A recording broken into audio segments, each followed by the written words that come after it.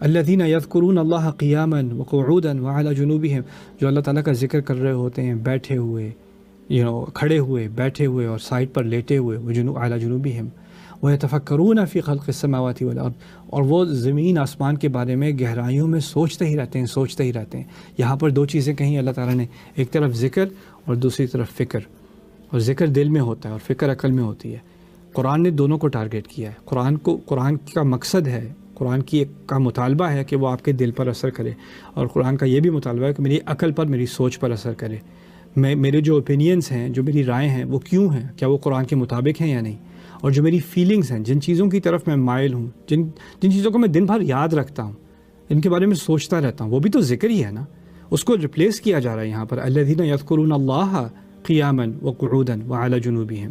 تو یہ بہت گہری بات کہی جا رہی ہے، اور اس کو انٹرنلائز کرنے کے لیے انسان کو اپنے اندر بہت بڑی تبدیلی لانی پڑتی ہے. باہر تو تبدیلی دور کی بات ہے، اندر کی تبدیلی بہت مشکل ہوتی ہے، اور اس کی طرف اشارہ کیا جا رہا ہے. اور یہ اتنی گہری بات تھی کہ رسول صلی اللہ علیہ وسلم کھڑے نماز میں روتے رہے. ایک اور روایت میں ہے کہ جب وہ سجدے میں گرے تو سجدے میں جہاں گرے تھے وہاں پر پوری کیچڑ بننی شروع ہو گئی تھی، اتنے آنسو گر رہے تھے ان کی پوری داڑھی ٹپک رہی تھی. کیوں؟ کیونکہ اس آیت میں اتنی گہری بات کہی جا رہی ہے کہ یہی اصل چیز ہے جو انسان کو اپنے رب سے جوڑتی ہے، اور جو اس سوچ کے اور اس ذکر کے لائق قابل نہیں رہتا، وہ اپنے دماغ کو اور چیزوں سے بھر دیتا ہے یا بھر دیتی ہے، اور اپنے دل کو اور سوچوں سے اور اذکار سے بھر دیتا ہے یا بھر دیتی ہے، تو پھر ان کے لیے اپنے رب سے کنیکٹ کرنا بہت مشکل ہو جاتا ہے. الذین یذکرون اللہ قیاما وقعودا وعلی جنوبہم ویتفکرون فی خلق السماوات والارض، اور وہ گہرائی میں سوچتے رہتے ہیں آسمان اور زمین کی خلق کے بارے میں. ربنا ما خلقت ھذا باطلا، میرے رب تو نے یہ سب بیکار میں نہیں بنایا، بے مقصد نہیں بنایا. اور یہ بات کہنا مختصر سے الفاظ ہیں، کہنا تو آسان ہے، لیکن ان کے پیچھے جو پوری کائنات ہے وہ آپ سوچیں ذرا. ربنا ما خلقت ھذا باطلا، آپ نے یہ سب کچھ بیکار نہیں بنایا. اب اگر یہ میں کہہ دوں اپنے رب سے، دل سے کہوں کہ میرے رب تو نے کچھ بیکار نہیں بنایا، تو پتہ کیا ہوتا ہے؟ ہر بیکار چیز جو میں نے اپنی زندگی میں بھری ہوئی ہے وہ بے معنی سے ہونی شروع ہو جاتی ہے.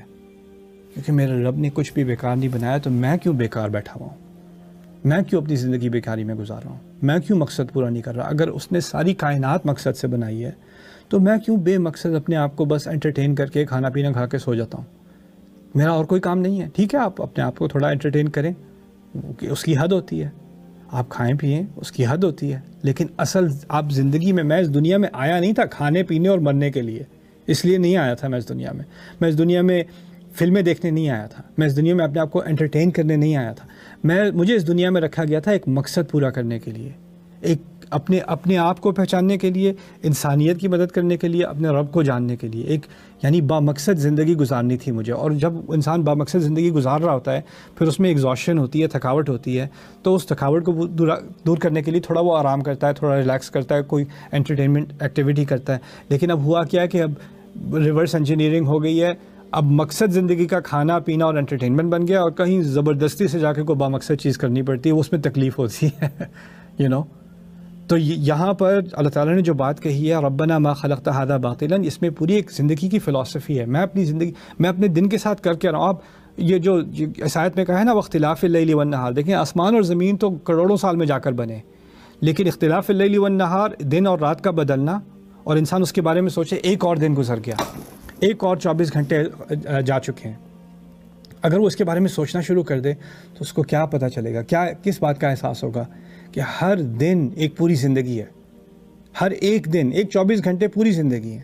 اسی لیے میں صبح اٹھتا ہوں تو اللہ تعالیٰ سے کہتا ہوں ربنا الحمدللہ الذی احیانا بعد ما اماتنا، تیرا حمد تیری شکر، میرے رب کی شکر ہے جس نے مجھے نئی زندگی دی موت دینے کے بعد. پچھلا دن ایک موت ہو چکی اور ابھی ایک نئی زندگی، اور یہ نئی زندگی اگر میں ایک دن کو با مقصد نہیں بنا سکتا تو زندگی با مقصد نہیں ہو سکتی. ہر دن کو کوئی نہ کوئی اس میں ایک مقصد مجھے پورا کرنا ہے، اس میں مجھے کچھ کام کرنا ہے. اللہ تعالیٰ نے مجھے کچھ ٹیلنٹ دیے ہیں، کچھ عقل دی ہے، کچھ ویژن دی ہے.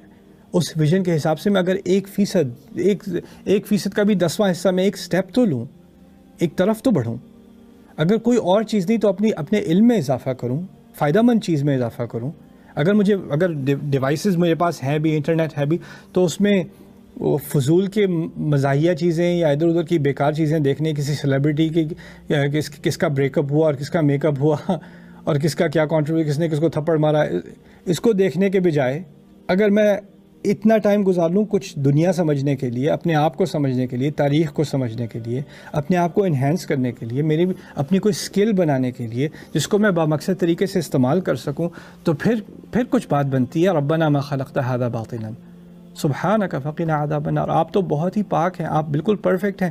آپ کی جو پرفیکشن، آپ کا جو کمال ہے وہ اس بات کی گنجائش ہی نہیں چھوڑتا کہ بغیر مقصد کے کوئی چیز بنی ہو. اب دیکھیں، بات ہو رہی تھی پوری کائنات کے بامقصد ہونے کی، اور آیت کہاں ختم ہوتی ہے؟ فقینا عذاب النار، ہمیں آگ کے عذاب سے بچا لے.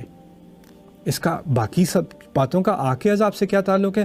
آگ کا عذاب یہاں اس لیے بتایا جا رہا ہے کہ اصل جو جرم ہوگا میرا انسان ہونے کے ناطے وہ کیا ہوگا کہ میں اپنے مقصد کو فراموش کر دوں اور اس دنیا کو باطل کی طرح گزاروں، یعنی بے مقصد گزاروں.